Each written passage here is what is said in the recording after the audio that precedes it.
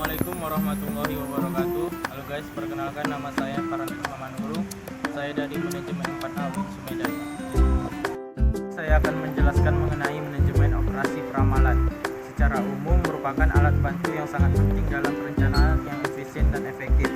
Oleh karena itu, setiap perusahaan yang sedang melakukan kegiatan usaha harus memperkirakan apa yang akan terjadi di masa yang akan datang. Suatu peramalan dianggap baik apabila mendekati kebenaran.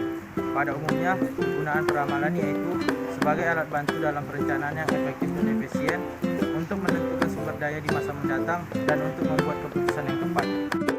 Di sini saya mengutip pendapat dari beberapa ahli. Yang pertama yaitu Sufyan Ats-Tsauri mendefinisikan peramalan sebagai perkiraan yang ilmiah. Menurutnya, setiap pengambilan keputusan yang menyangkut keadaan pada masa yang akan datang pasti ada peramalan yang melandasi pengambilan keputusan tersebut. Sedangkan menurut Wrestling mendefinisikan peramalan sebagai proses menyusun informasi tentang kejadian masa lampau yang berurutan untuk menduga kejadian pada masa depan. Intinya, peramalan merupakan bagian awal dari proses pengambilan keputusan. Tujuan peramalan yaitu untuk menentukan kebijaksanaan dalam persoalan menyusun suatu anggaran-anggaran, untuk melakukan pengawasan terhadap persediaan suatu produk yang akan dijual, untuk membantu kegiatan perencanaan dan pengawasan terhadap reproduksi barang dan jasa, untuk melakukan pengawasan pembelanjaan perusahaan, dan untuk menyusun kebijaksanaan yang efektif dan efisien. Bismillahirrahmanirrahim. Assalamualaikum warahmatullahi wabarakatuh. Halo guys, perkenalkan nama saya Sapina Dongoran dari kelompok 4. Di sini saya akan menjelaskan jenis-jenis peramalan. Menurut Render dan Heiser 2004, pada jenis peramalan dapat dibedakan menjadi beberapa tipe dilihat dari perencanaan operasi di masa depan.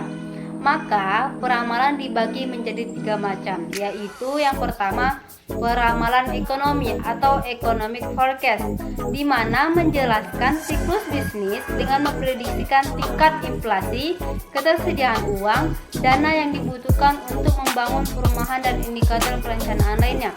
Yang selanjutnya itu peramalan teknologi atau technological forecast, di mana memperhatikan tingkat kemajuan teknologi yang dapat meluncurkan produk baru yang menarik yang membutuhkan pabrik dan peralatan baru. Yang ketiga itu peramalan permintaan, yaitu di mana proyeksi permintaan untuk produk atau layanan suatu perusahaan. Yang selanjutnya itu karakteristik peramalan.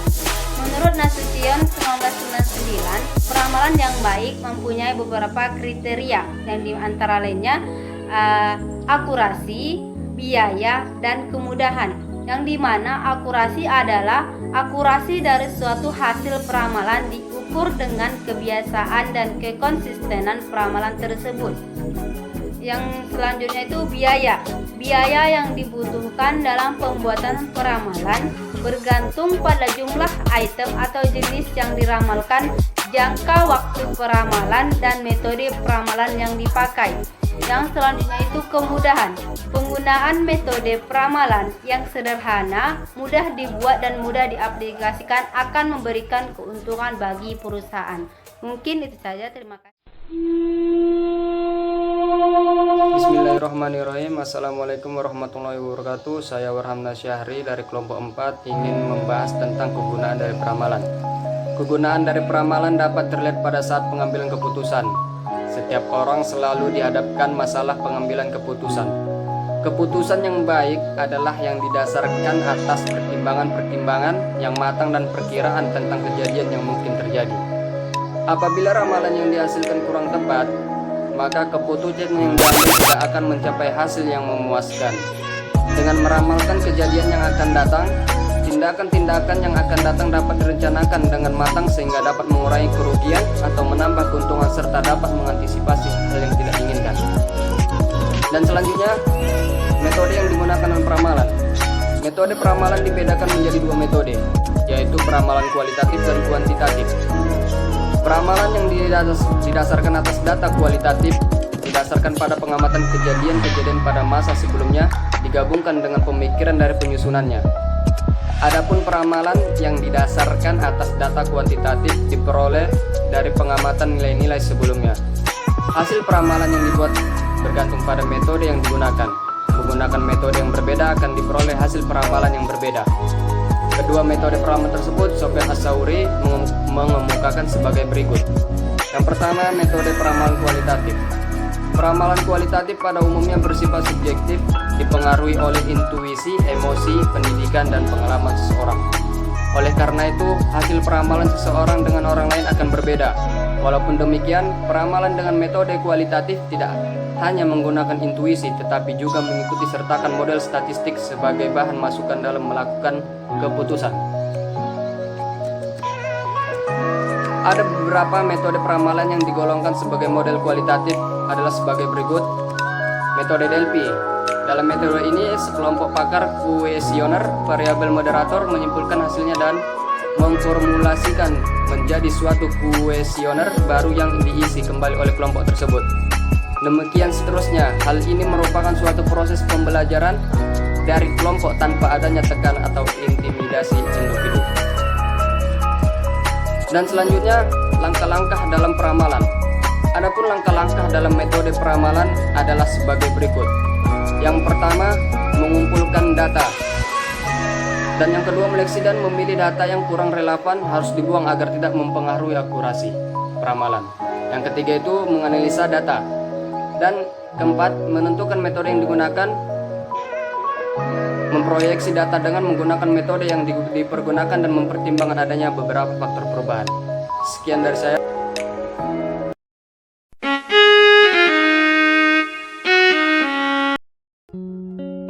Bismillahirrahmanirrahim. Assalamualaikum warahmatullahi wabarakatuh.